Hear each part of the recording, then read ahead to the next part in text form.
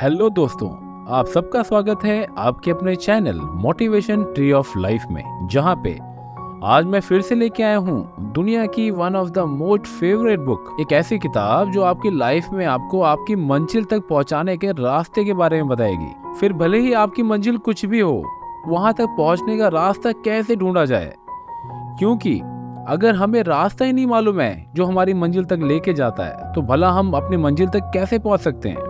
ये किताब the rise आपको बताएगी कि आप अपने मंजिल तक कैसे पहुंच सकते हैं। इस किताब को लिखा है सारा लेविस ने। इस किताब में काफ़ी कहानियां हैं जिनके जरिए मैं आपको ये समझाऊंगा कि मानव जाति की बड़ी से बड़ी खोज की शुरुआत भी एक फेलियर से ही हुई थी।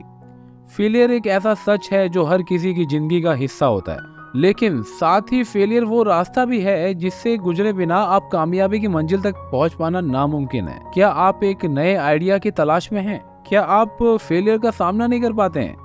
क्या आप एक क्रिएटिव इंसान हैं? तो ये बुक डेफिनेटली आपके लिए है। अगर आप अपनी लाइफ में कुछ करना चाहते हैं, अपनी मंजिल को पाना चाहते हैं, आपने डिसाइड कर लिया कि आपकी लाइफ में आपका गोल क्या है, लेकिन उसको अचीव नहीं कर पा रहे हैं, तो डेफिनेटली ये बुक आपकी बहुत बड़ी हेल्प कर सकती है। Sarah Lewis Yale University School of Art की फैकल्टी में एक क्यूरेटर और हिस्टोरियन है। उन्होंने प्रेसिडेंट ओबामा की आर्ट पॉलिसी कमेटी में भी काम किया है। साथ ही ओपरा की पावर सूची में भी उनका नाम शामिल है। देखिए, स्टार्टिंग में लेखिका ने सबसे पहले हमको ये बताया है कि मास्टरी इस बात पर डिपेंड नहीं करती कि आप कितनी बार फेल हुए हैं, बल्कि इस बात पर डिपेंड करती है कि आप कितनी बार दोबारा कोशिश कर रहे हैं। आपने कितनी बार दोबारा कोशिश की है अपने गोल को पाने के लिए। अगर आपने लाइफ में कभी भी कुछ क्रिएटिव किया है तो आप फेल भी जरूर हुए होंगे, लेकिन फेलियर से डर कर कहीं आपने क्रिएटिविटी का साथ तो नहीं छोड़ दिया, क्योंकि अक्सर हम फेलियर को एक नेगेटिव आउटकम की तरह देखते हैं। अगर हम हिस्ट्री के कुछ बहुत ही सक्सेसफुल और क्रिएटिव लोगों की बात करें तो उनका मानना यह था कि फेलियर कोई निराश होने वाला इवेंट नहीं है। फेलियर अपने आप में एक पॉजिटिव शुरुआत है।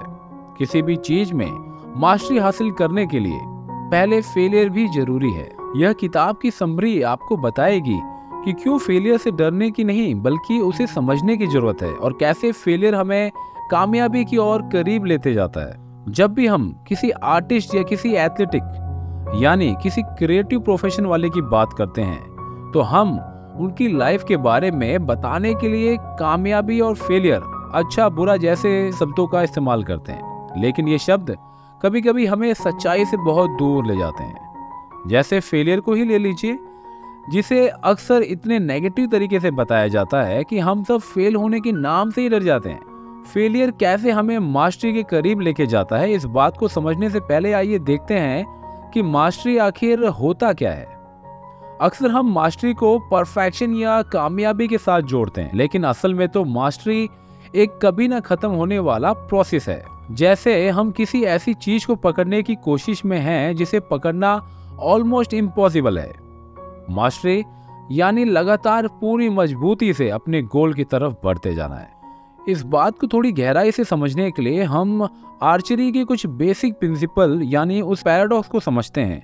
इसके मुताबिक जब आप एक आर्चरी में अपना तीर कमान पर चढ़ाकर छोड़ता है तो उसका तीर कभी भी सीधा नहीं जाता, बल्कि उसके ऊपर मौसम, हवा और कई बाहरी चीजों का भी असर होता है। इसलिए एक आर्चरी वाले को उन सभी चीजों का ध्यान रखकर ही तीर चलाना पड़ता है जिन पर उसका कोई कंट्रोल नहीं है। ऐसे ही मास्टरी की प्रोसेस में भी हमें कई ट्रायल्स लगाने पड़ते हैं, और उन ट्रायल्स पर हमारा कोई कंट्रोल नहीं हो तो चाहे फिर फेलियर मिले या कामयाबी, दोनों से ही कुछ ना कुछ तो सीखने को जरूर मिलेगा, और यही सीखने की कला ही मास्टरी कहलाती है।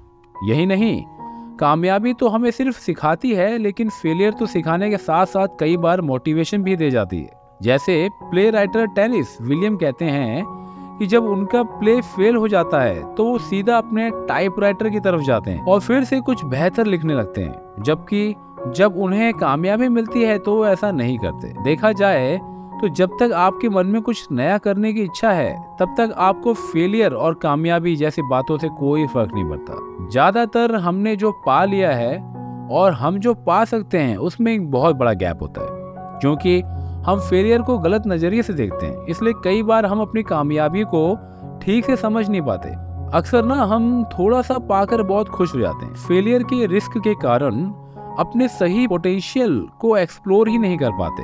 इसलिए जो हमने पाया है और जो हमारा पोटेंशियल है उसके बीच में एक फासला रह जाता है, जिसे लेखिका ने द गैप का नाम दिया है। जैसे जाने माने अमेरिकन कवि हार्ट क्रेन की पोएट्री को जब उस समय के महान कवि एजरा ने देखा तो कहा कि उनका काम अपने पोटेंशियल से काफी कम है, वो इससे काफी अच्छा कर सकते हैं।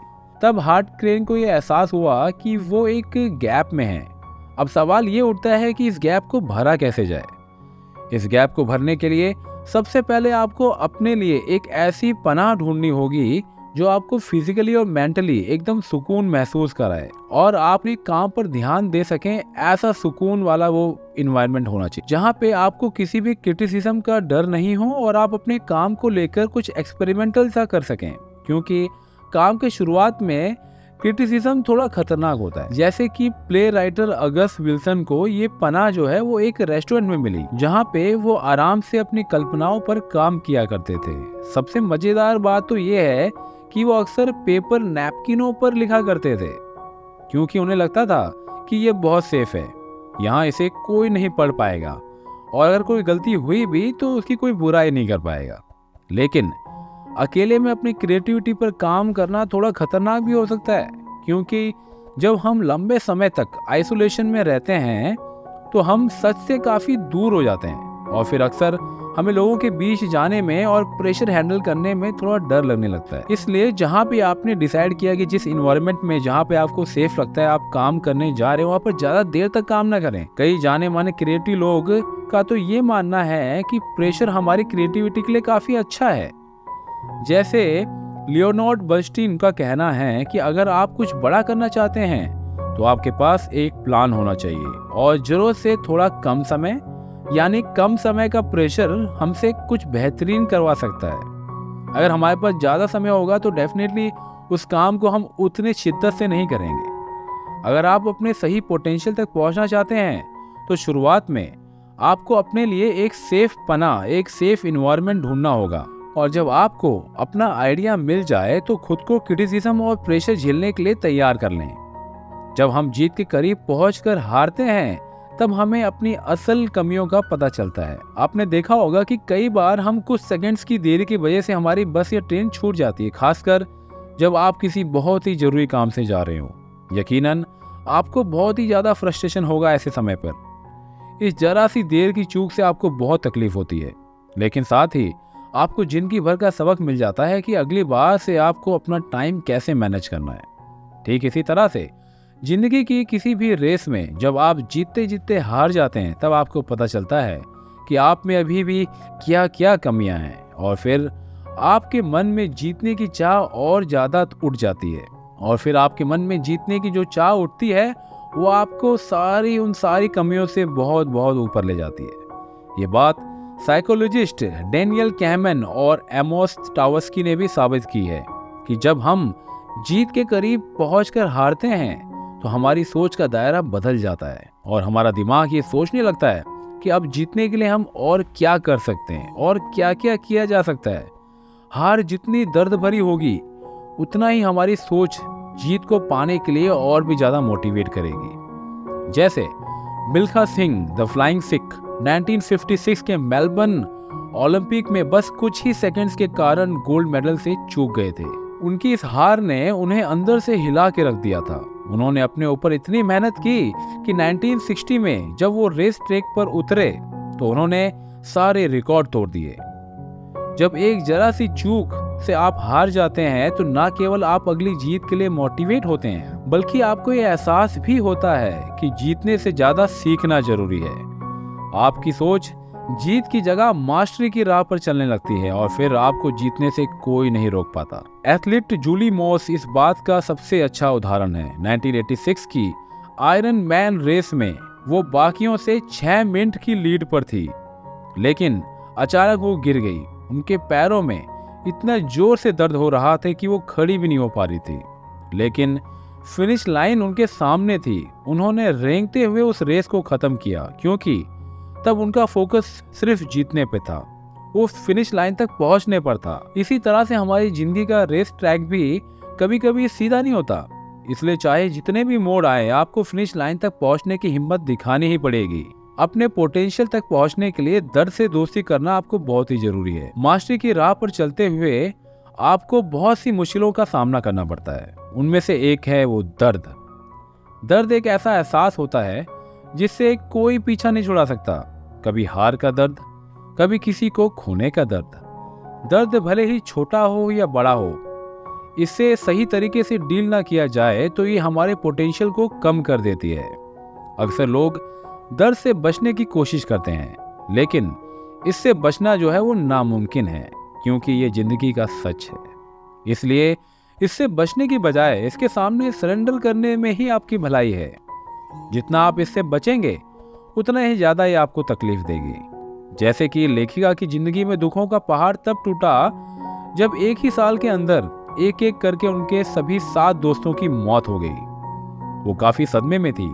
उनका काम, उनकी सेहत सब बिगड़ रहे थे। एक दिन उन्हें यह एहसास हुआ कि मौत तो एक ऐसा सच है जिसे कोई नहीं बदल सकता, और बाद में उन्हें अपनी जिंदगी के हर एक पल की कीमत का पता चला। जब आप अपने दर्द को समझ लेते हैं तो आपके लिए उसे भूलकर आगे बढ़ना आसान हो जाता है। अगर हम दर्द से उठने वाली फीलिंग्स और इमोशन को सही डायरेक्शन देने में कामयाब हो गए तो फिर ये दर्द फिर हमारी कमजोरी की जगह हमारी ताकत बन जाता है। मार्शल आर्ट की एक शैली एकिडो भी इसी प्रिंसिपल पर बेस्ड है, जिसमें आप अपने अपोनेंट को समझकर उसी की चाल का इस्तेमाल उसी के ऊपर करते हैं। वेंडी पामर ने इस तकनीक में महारत हासिल की, जिससे वह केवल 5 फुट 5 इंच होने के बावजूद भी सबसे महान एकिडो खिलाड़ी बने। अगर हम हिस्ट्री के पन्ने पलट कर देखें तो हम जान पाएंगे कि महान से महान लोगों के जीवन में भी बहुत सी दुख और तकलीफें आई थी, लेकिन उन सब ने अपनी इच्छा शक्ति के सामने उनका सामना किया और उन पर जीत पाई। जैसे कि मार्टिन लूथर किंग जूनियर, जो अपनी मोटिवेशनल स्पीच के लिए जाने जाते हैं। उन्हें बचपन से ही हकलाने की प्रॉब्लम थी। एक रिपोर्टर ने उनसे पूछा कि उनकी ये प्रॉब्लम कैसे ठीक हुई, तो उन्होंने कहा कि जब आप मौत के सच से दोस्ती कर लेते हैं तो बाकी सभी चीजों से आपका आसानी से निपट सकते हैं। दूसरे शब्दों में अगर देखें तो उनका कहना यह था कि उन्होंने जिंदगी के सच को समझ लिया था और उनकी जिंदगी की जीने की इच्छा शक्ति इतनी बढ़ गई थी कि उनकी हकलाने की आदत अपने आप ठीक हो गई। अपनी क्रिएटिविटी को बढ़ाने के लिए जरा शौकीन अवतार तो लीजिए। अगर आप अपनी लाइफ में कुछ बड़ा करना चाहते हैं तो खुद को एक्सपेरिमेंट करने दीजिए, वो भी रिजल्ट की चिंता किए बिना। यहाँ शौकीन बनने का मतलब ये है कि आपको अपने आर्ट फॉर्म का शौक होना चाहिए। इसलिए आपके पास एक बिगिनर से तो ज्यादा अनुभव है, लेकिन आप खुद को कभी एक्सपर्ट की कैटेगरी में नहीं देखते। अब आप कहेंगे कि शौकीन होना एक्सपर्ट होने से भी अच्छा है, कैसे? आइए देखते हैं। एक एक्सपर्ट ये मानकर चलता है कि वो एक्सपर्ट है, उसे सब पता है, इसलिए वो खुद के लिए एक डेली रूटीन सेट कर लेता है, और चूंकि वो उस रूटीन को फॉलो करके सफल हुआ है तो वो उन्हें घिसे पिटे तरीकों को सारी जिंदगी भर इस्तेमाल करता रहता है। एक एक्सपर्ट अपना काम पैसे और करियर के लिए करता है, इसलिए वो रिस्क लेने से डरता रहता है। वहीं दूसरी ओर एक शौकीन अपनी खुशी के लिए काम करता है, जिसके कारण वो आसानी से अपने आर्ट के साथ एक्सपेरिमेंट कर सकता है और उसे रिस्क लेने से भी डर नहीं लगता। जब आप बिना किसी प्रेशर के अपनी खुशी के लिए काम करते हैं तब आप हमेशा ही ज्यादा बेहतर और ज्यादा अच्छा नया सोच पाते हैं। अगर आप एक्सपेरिमेंटेशन के फायदे जानना चाहते हैं तो आपको वैज्ञानिक आंद्रे ग्रीम और कॉन्स्टेंटीन नोवोसेलेव के बारे में सुनना चाहिए, जिन्होंने दुनिया की पहली 2 डायमेंशनल चीज ढूंढ निकाली, जो था पेंसिल के ग्रेफाइट का कार्बन स्ट्रक्चर। इस खोज के लिए दोनों को नोबेल प्राइज भी मिला था। ये खोज उनके फ्राइडे नाइट एक्सपेरिमेंट का हिस्सा थी, जिसमें वो कुछ ऐसे अजीबोगरीब एक्सपेरिमेंट किया करते थे जिनके सफल होने के चांसेस बहुत ही कम होते थे। एक्सपेरिमेंटल से इनोवेशन होते हुए हमने हिस्ट्री में कई बार देखा है, लेकिन क्या आप जानते हैं कि बच्चों की तरह खेलने से भी क्रिएटिविटी बढ़ती है। इसलिए आजकल कई कंपनियां अपने ऑफिस में अपने एम्प्लॉयज को खेलने का मौका भी देने लगी है। ये बात साइंस ने साबित कर दी है कि खेलने से हमारी थिंकिंग एबिलिटी बढ़ती है। एक स्टडी के दौरान 4 साल के बच्चे के 2 ग्रुप बनाए गए और दोनों को एक जैसा खिलौना दिया गया। पहले ग्रुप को इस खिलौने का इस्तेमाल सिखा दिया गया, जबकि दूसरे ग्रुप को ये नहीं बताया गया कि इसे कैसे खेलना है। साइंटिस्ट ये देख के हैरान रह गए कि खेल के दौरान दूसरे ग्रुप ने उस खिलौने के कई छुपे हुए फीचर्स भी ढूंढ निकाले। यानी खेलते खेलते भी आप काफी कुछ सीख सकते हैं। मास्टरी की राह पर चलने के लिए सबसे ज्यादा जरूरी है आपके अंदर सब्र होना चाहिए, पेशेंस। सेटबैक और फेलियर को हराकर मास्टरी तक पहुंचने के लिए आपका एक आखिरी गुण होना बहुत ही जरूरी है, वो है आपके अंदर पेशेंस होना चाहिए, सब्र होना चाहिए। आइए पहले समझते हैं कि सब्र आखिरकार होता क्या है और इसका इस्तेमाल कैसे करना है। सब्र यानी खुद को इतना मजबूत बना लें कि बार बार हार का सामना करने पर भी हम टूटे नहीं। हमारी इच्छा शक्ति इतनी बड़ी हो कि हर बार हम अपनी गलतियों से कुछ नया सीखें और खुद को बेहतर और बेहतर बनाते चले जाएं। अपनी जिंदगी में सब्र का गुण लाने के लिए आपको पहले दर्द को एक्सपेक्ट करना होगा और हार्ड वर्क के लिए तैयार रहना होगा। एक आर्टिस्ट को अपनी जिंदगी में बहुत सी परेशानियों का सामना करना पड़ता है। जरा सोचिए, आपकी वो पेंटिंग जिसे बनाने में आपने जान लगा दी थी, उसे देखकर लोग उसमें जमाने भर की कमियां निकाल रहे हैं और आपको कैसा महसूस होगा उस समय जब लोग आपकी पेंटिंग के बारे में काफी कुछ खराब बोल रहे होंगे। लेकिन इस क्रिटिसिज्म से निराश होने की बजाय आप इसका इस्तेमाल अपने फायदे के लिए भी कर सकते हैं। यानी आप क्रिटिक का हर पॉइंट नोट करें, उसमें से जो आपके लिए बेहतर लगता है उस पर काम करें, खुद में सुधार लाएं और बाकियों को भूल जाएं। यही सब्र की असली पहचान होती है। आयोवा यूनिवर्सिटी के वर्ल्ड फेमस राइटिंग प्रोग्राम में एक बहुत ही दिलचस्प बात सामने आई कि दुनिया के महान राइटर वो बने जिन्होंने बिना रुके प्रयास किया, वो नहीं जिनके अंदर नेचुरल टैलेंट था। इसलिए फेलियर को अपनाएं, क्योंकि ये उस आग की तरह है जो आपको तपाकर खरा सोना बना देगा। तो दोस्तों, इसी के साथ इस किताब की समरी समाप्त होती है। मैं आपको बता देता हूँ इस किताब के माध्यम से हमने क्या क्या सीखा है, क्या क्या टेक अवेज हैं। असल में इस पूरी किताब का ये कहना है कि हम जिसे फेलियर कहते हैं, एक्चुअल में वो एक लर्निंग एक्सपीरियंस के जैसा है, जिसके बिना हम मास्टरी तक कभी भी नहीं पहुंच सकते। एक बार अगर आप फेलियर को आप इस नजरिए से देखने लगेंगे तो आप डेफिनेटली आपकी लाइफ में जो भी प्रॉब्लम्स आएगी आप डेफिनेटली उनसे ओवरकम हो जाएंगे। आपको हमेशा ये चीज़ें मोटिवेट करेगी, क्योंकि अगर आपको कुछ ज़्यादा पाना है तो आपको कुछ ज़्यादा कोशिश भी करनी होगी। अगली बार जब आप खुद को बिल्कुल नीचे पाएं तो खुद से कहें, चलो अच्छा है, अब यहाँ से बस कुछ और ही तो ऊपर जाना है। नीचे गिरना आपको फेलियर जैसा लगेगा, लेकिन ऐसा बिल्कुल भी नहीं है। इसका बस यही मतलब निकलता है कि अब अपनी उम्मीद के पंखों को और मजबूत करने की जरूरत है और अगली बार इससे भी ऊंची उड़ान उड़ने की जरूरत है। दोस्तों, मुझे पूरी उम्मीद है कि इस किताब की समरी द राइज आपको बहुत ही पसंद आई होगी और डेफिनेटली आपकी लाइफ में एक बहुत बड़ा बदलाव लाएगी। अब इसके बाद से, आज से आप हार से बिल्कुल भी नहीं डरेंगे। हार होती है, फेलियर होता है, कोई बात नहीं, हम दोबारा कोशिश करेंगे, कोशिश करते रहेंगे कि जब तक हमको कामयाबी ना मिल जाए। इस समरी को सुनने के लिए आपका बहुत बहुत धन्यवाद। अगर आपको ये समरी पसंद आई हो तो प्लीज़ इसे लाइक कर दें, कमेंट कर दें, और आपकी लाइफ में अगर कोई इस किताब की समरी से कोई बदलाव आता है तो डेफिनेटली प्लीज़ यहाँ पर वापस आके इसमें कमेंट करिएगा, मुझे बहुत खुशी होगी। आपका बहुत बहुत धन्यवाद। आपका दिन मंगलमय हो। Have a nice day.